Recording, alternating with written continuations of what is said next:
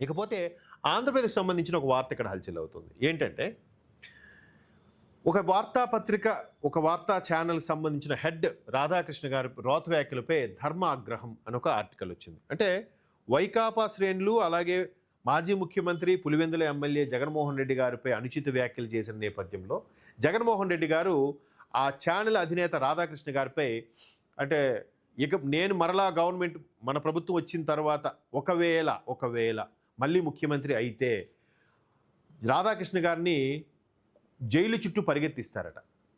ఒకవేళ రాధాకృష్ణ గారు అనుచిత వ్యాఖ్యలు చేసి అంత అసభ్యకరంగా మాట్లాడినట్టే అయితే ఇప్పటికే చర్యలు తీసుకోవచ్చు, పరువు నష్టం దావా వేయచ్చు. సరే, అందులో లేవనుకుందాం.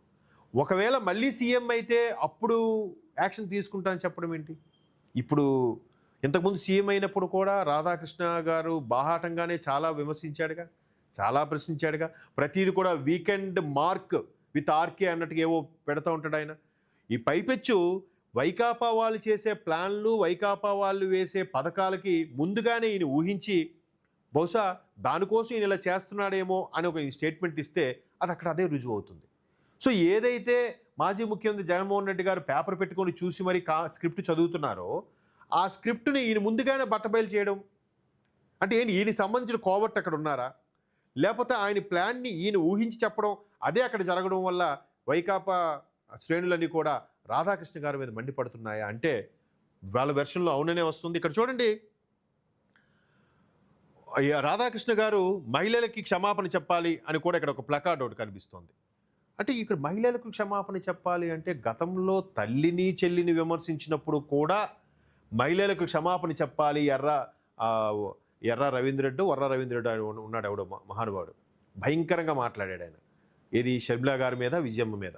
అంటే షర్మిలా గారు అసలు రాజశేఖర రెడ్డి బిడ్డే కాదు, రాజశేఖర రెడ్డి గారికి పుట్టలేదు అన్నట్టు మాట్లాడినప్పుడు మరి అక్కడ మహిళలపై అనుచిత వ్యాఖ్యలు అవునా కాదా? మరి అప్పుడు ఈ శాంతి ధర్మాగ్రహం ఇవన్నీ ఏవైతే ఉన్నాయో అప్పుడు లేని ఈ ధర్మాగ్రహం, శాంతి లాంటి శాంతి ర్యాలీలు ఇవన్నీ కూడా ఇప్పుడు ఎంతవరకు కరెక్టు అనే దాని మీద మనం మననం చేసుకుంటే ఆ వార్త ఒకసారి ఇక్కడ చూద్దాం. వైఎస్ఆర్సీపీ ఆధ్వర్యంలో రాష్ట్ర వ్యాప్తంగా శాంతియుత ర్యాలీలు, మహిళలకు క్షమాపణలు చెప్పాలంటూ డిమాండ్, రాధాకృష్ణది జర్నలిజం కాదు బ్రోకరిజం అని ఆగ్రహావేశాలు, వైఎస్ఆర్సీపీ నేతలను ఎక్కడికక్కడ అడ్డుకున్న పోలీసులు, పలుచోట్ల లాఠీచార్జ్, ఖాకీల అరాచకంపై వైఎస్ఆర్సీపీ నేతల ఆగ్రహం. గతంలో కూడా చూసాం, ముఖ్యమంత్రి చంద్రబాబు నాయుడు గారిని అరెస్ట్ చేశారు. అప్పుడు ప్రతిపక్ష నేత 53 రోజులు జైల్లో పెట్టారు. పోనీ దానికి సంబంధించిన ప్రూఫ్స్ ఏమైనా ప్రూవ్ చేయగలిగారా? పోనీ నిజంగా ముఖ్యమంత్రి చంద్రబాబు నాయుడు గారి స్కెచ్ మీదే మాజీ మంత్రి వివేకానంద రెడ్డి గారు కూడా హత్య గావించబడి ఉంటే గవర్నమెంట్ వచ్చిన మరుక్షణం 2018 మార్చిలో వివేకానంద రెడ్డి గారిని చనిపోతే 19 జూన్లో గవర్నమెంట్ ఏర్పడింది, జగన్మోహన్ రెడ్డి గారు గవర్నమెంట్. మరి అప్పుడు చంద్రబాబు నాయుడు గారి మీద ఎందుకు చర్యలు తీసుకోలేదు? రీజన్ ఏంటి? నిజంగా ఆయన తప్పు చేశాడా చేయలేదా?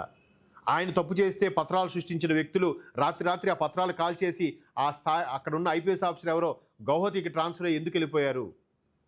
సో వీటన్నిటి మీద ప్రశ్నలు లేవు. కాకపోతే మహిళలను కించపరిచేలాగా, తలదించుకునేలాగా వ్యాఖ్యలు ఉన్నాయి అని ఒక ఛానల్ అధినేత మీద విమర్శలు చేయడం, మరోవైపు జగన్మోహన్ రెడ్డి గారు కూడా ఆయన్ని కోర్టుల చుట్టూ, జైలు చుట్టూ పరిగెత్తిస్తా అని స్టేట్మెంట్ ఇవ్వడం, ఇవన్నీ పగటి కలలా? నిజంగా మరి ముఖ్యమంత్రి హోదాలో ఉన్నప్పుడు ఎందుకు చేయలేకపోయారు? ఇప్పుడు మళ్ళీ ఏం చేస్తారు?